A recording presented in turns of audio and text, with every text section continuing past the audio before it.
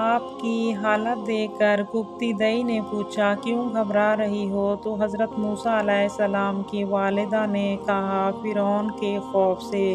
دائی نے جواب دیا، نہیں گھبراؤ، میں کسی سے کچھ نہیں کہوں گی، لیکن تم اس کی حفاظت کا بندوبست کرو۔ حضرت موسیٰ علیہ السلام کی والدہ نہایت پوشیدگی کے ساتھ حضرت موسیٰ علیہ السلام کی حفاظت کرتی رہی اور اسی فکر میں تھی کہ اسے کیوں کر بچا لوں کہ اچانک فرعون کے سپاہیوں کا ایک دستہ آ گیا اور انہوں نے دروازہ کھٹکھٹایا۔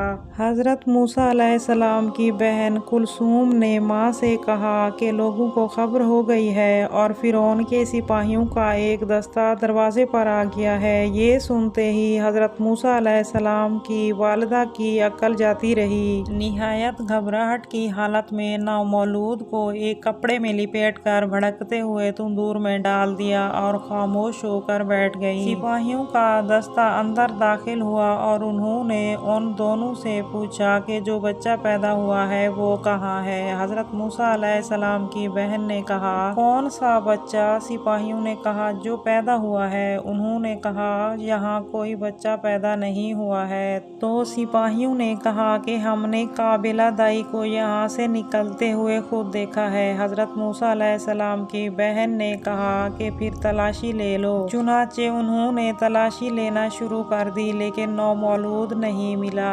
ایک سپاہی نے کہا، تندور میں دیکھا جائے۔ اس کی طرف گئے تو دیکھا کہ وہ پوری تیزی کے ساتھ بھڑک رہا ہے۔ وہ سب جب مایوس ہو کر چلے گئے تو خدا نے حضرت موسیٰ علیہ السلام کی والدہ کی عقل بحال کر دی۔ اب انہوں نے کلثوم سے پوچھا کہ بچہ کہاں ہے؟ کلثوم نے کہا کہ مجھے معلوم نہیں۔ یہ دونوں سخت پریشان ہوئی اور فطری جذبہ محبت سے مجبور ہو کر رونے لگیں۔ یہ رو ہی رہی تھی کہ اچانک سے بچے کے رونے کی آواز تندور سے بلند ہوئی۔ یہ دونوں دوڑ پڑی، دیکھا کہ بچہ آگ کی بجائے لال پھولوں میں پڑا ہوا ہے۔ ماں نے اسے تندور سے نکال کر چھاتی سے لگا لیا۔ مادر موسیٰ فرزند کی حفاظت تو پورے طور پر کر ہی رہی تھی، لیکن ظاہر ہے کہ حالات کی روشنی میں وہ اس امر کا یقین رکھتی رہی ہوں گی کہ آج نہیں تو کل میرا بچہ بھی دیگر بچوں کی طرح ذبح کر دیا جائے گا۔ اسی وجہ سے سخت پریشان اور حیران تھی کہ خداوند عالم نے ان کے دل میں یہ بات ڈال دی کہ وہ اس بچے کو دریائے نیل کی موجوں کے سپرد کر دیا جائے۔ قرآن مجید کی سورہ قصص آیت نمبر 7 میں ارشاد ہے کہ ہم حضرت موسیٰ علیہ السلام کی ماں کی طرف وحی کی کہ اسے دودھ پلا، اور جب کبھی تمہیں اس کے بارے میں کوئی خوف محسوس ہو تو اسے دریا میں ڈال دینا اور ڈرنا نہیں اور نہ ہی غمگین ہونا، کیونکہ ہم نے اسے تیرے پاس لوٹا دینا ہے اور اسے رسولوں میں سے قرار دیں گے۔ چنانچہ وہ اسی عزم سے ایک نجار سے ملی جس کا نام حزقیل بن صبور تھا۔ اسے کہا کہ ایک تابوت بنا دو۔ اس نے پوچھا، تابوت کیا کرو گی؟ روایت میں ہے کہ انہوں نے کہا، ایک لڑکا پیدا ہوا ہے، اسے میں اس میں چھپاؤں گی۔ انہوں نے جھوٹ کہنا پسند نہ کر کے سچ بتا دیا۔ نجار اپنے گھر سے نکلا اور سیدھا جلادوں کے پاس پہنچ گیا جو بنی اسرائیل کے بچوں کو قتل کیا کرتے تھے۔ نجار جب ان لوگوں کے پاس گیا تو گونگا بہرا ہو گیا اور اس نے جلادوں کو اشارے سے سمجھانے کی کوشش کی مگر کامیاب نہ ہو سکا۔ بالآخر ان کے افسر نے کہا کہ یہ پاگل ہے، اسے مار کر یہاں سے بھگا دو۔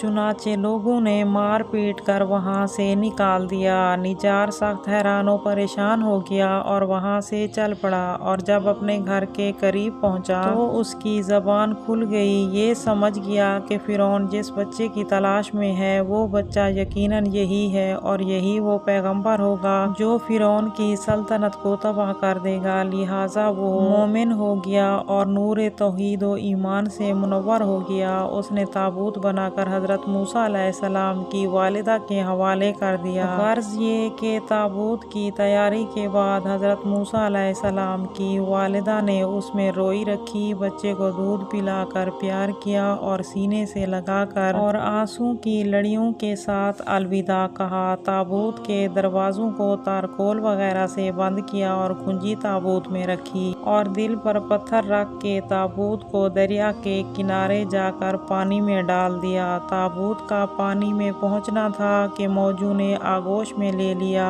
اور اسے بہت تیزی سے لے بھاگی۔ تابوت چلا اور حضرت موسیٰ علیہ السلام کی ماں کا دل بیٹھ گیا۔ وہ آنکھوں سے دیکھ رہی تھی کہ تابوت کبھی ڈوبتا ہے اور کبھی ابھرتا ہے اور بہتا چلا جا رہا ہے۔ تابوت آنکھوں سے اوجھل ہوا۔ حضرت موسیٰ علیہ السلام کی والدہ کا دل غم میں ڈوب گیا۔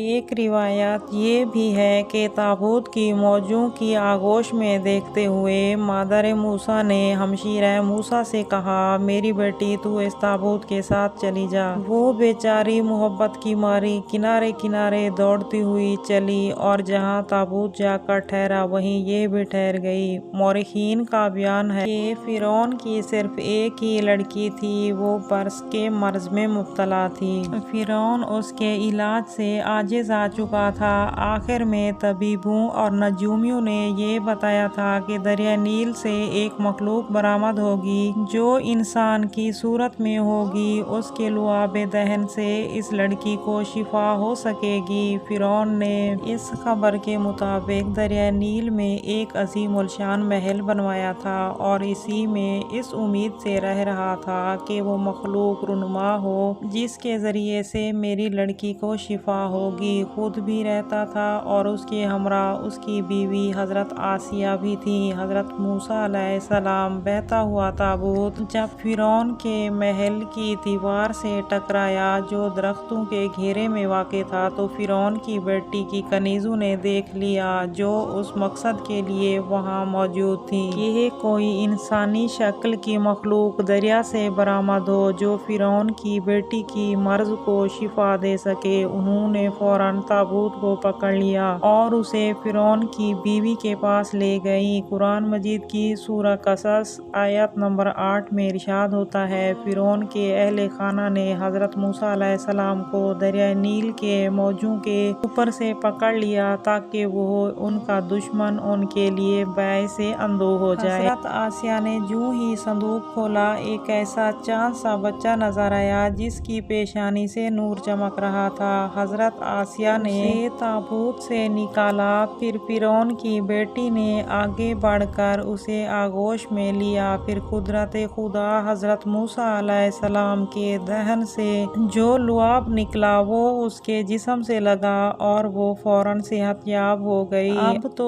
اس کی خوشی کی کوئی حد نہ تھی۔ باپ کو خبر کی فرعون چلا آیا۔ حضرت موسیٰ علیہ السلام حضرت آسیہ کی آغوش میں تھے۔ فرعون نے جو ہی ان کے چہرے پر نظر کی تو حضرت آسیہ سے کہا، مجھے یہ بچہ میرے خطرے کا پیغام معلوم ہوتا ہے، میں اس کو قتل کر دوں گا۔ حضرت آسیہ نے کہا، اس کو قرآن مجید کی سورہ قصص آیت نمبر 9 میں بیان کیا گیا ہے۔ فرعون کی بیوی نے کہا کہ یہ بچہ میری اور تیری آنکھوں کا نور ہے، اسے قتل نہ کرو، ممکن ہے کہ یہ ہمارے لیے نفع بخش ہو یا ہم اسے اپنا بیٹا بنا لیں۔ اس طرح فرعون حضرت موسیٰ علیہ السلام کو قتل کرنے کے ارادے سے باز آئے۔ پھر حضرت آسیہ نے اس نومولود کی پرورش کے لیے دودھ پلانے والی عورتوں کو بلا بھیجا مگر اس بچے نے کسی کا دودھ نہ پیا۔ قرآن مجید کی سورہ قصص آیت نمبر 12 میں ارشاد ہوتا ہے، جس کا ترجمہ کچھ یوں ہے، ہم نے تمام دودھ پلانے والی عورتوں کو اس پر حرام کر دیا تھا۔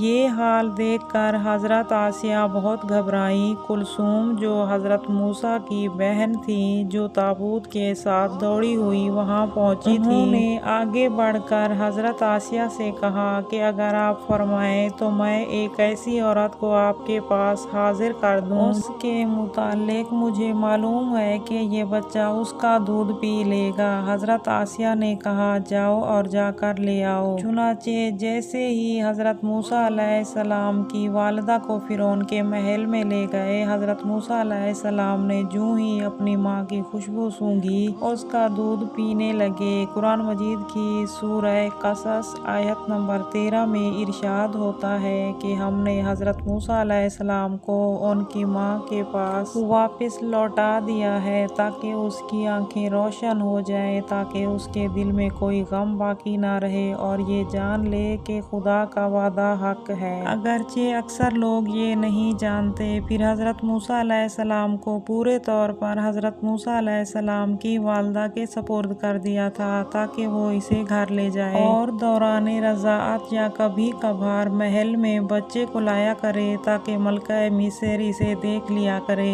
ایک دفعہ حضرت موسیٰ علیہ السلام کی والدہ حضرت موسیٰ علیہ السلام کو جب حضرت آسیہ کے پاس لائی تو جناب آسیہ نے اسے کندھے پر بٹھایا اور فرعون کے پاس لے گئی۔ فرعون نے انہیں اپنی آغوش میں لے لیا۔ اس وقت حضرت موسیٰ علیہ السلام کی عمر 1 سال کی ہو چکی تھی۔ حضرت موسیٰ علیہ السلام نے اپنا ہاتھ بلند کر کے فرعون کی داڑھی نوچ لی۔ کئی بال حضرت موسیٰ علیہ السلام کے ہاتھ میں آ گئے۔ حضرت موسیٰ علیہ السلام ہنس پڑے۔ پھر فرعون کو غصہ آ گیا۔ اس نے حضرت موسیٰ کو قتل کر دینے کا عزم کیا۔ جناب آسیہ کہنے لگی، بچوں کی حرکتیں ناقابل اعتراض ہوتی ہیں، بچہ ہے، ناسمجھ ہے، لیکن فرعون نے کہا میرا فیصلہ اٹل ہے۔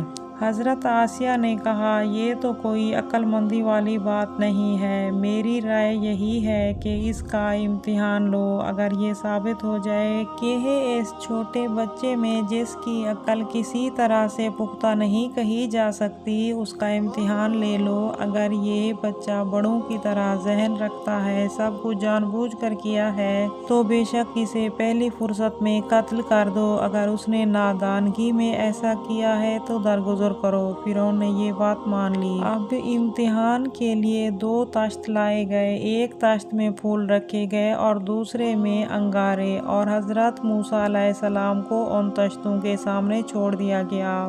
حضرت موسیٰ علیہ السلام طشتوں کے قریب پہنچ کر پھول اٹھانا چاہتے تھے، مگر حضرت جبرائیل علیہ السلام نے ان کا ہاتھ انگاروں کی طرف موڑ دیا۔ حضرت موسیٰ علیہ السلام نے انگارہ اٹھایا اور اپنے منہ میں رکھ لیا۔ فرعون کو پتہ چل گیا کہ داڑھی کو نوچنا بچکانہ حرکت تھی، کیونکہ اگر یہ باشعور ہوتا تو یہ انگارے کی بجائے پھول اٹھاتا۔ بالآخر فرعون نے انتقام سے درگزر کیا اور حضرت موسیٰ علیہ السلام قتل ہونے سے بچ گئے۔ حضرت موسیٰ علیہ السلام کی والدہ حضرت موسیٰ علیہ السلام کی پرورش کر رہی تھی، یہاں تک کہ وہ زمانہ آ گیا جناب آسیہ نے حضرت موسیٰ علیہ السلام کی والدہ کو ان کے فریضے سے سبکدوش کر دیا اور حضرت موسیٰ علیہ السلام کو اپنے پاس رکھ لیا۔ حضرت موسیٰ علیہ السلام بلوغت کو پہنچنے تک فرعون کے محل میں عزت و احترام کے ساتھ رہے۔ امید کرتے ہیں کہ آج کی ویڈیو آپ کو اچھی لگی ہوگی۔ اگر ویڈیو اچھی لگی ہے تو ویڈیو کو لائک کر دیجئے اور آئندہ ایسی اسلامک معلوماتی ویڈیوز کو دیکھنے کے لیے ہمارا چینل سبسکرائب کر لیجئے۔ ملتے ہیں اگلی ویڈیو میں، تب تک کے لیے اللہ حافظ۔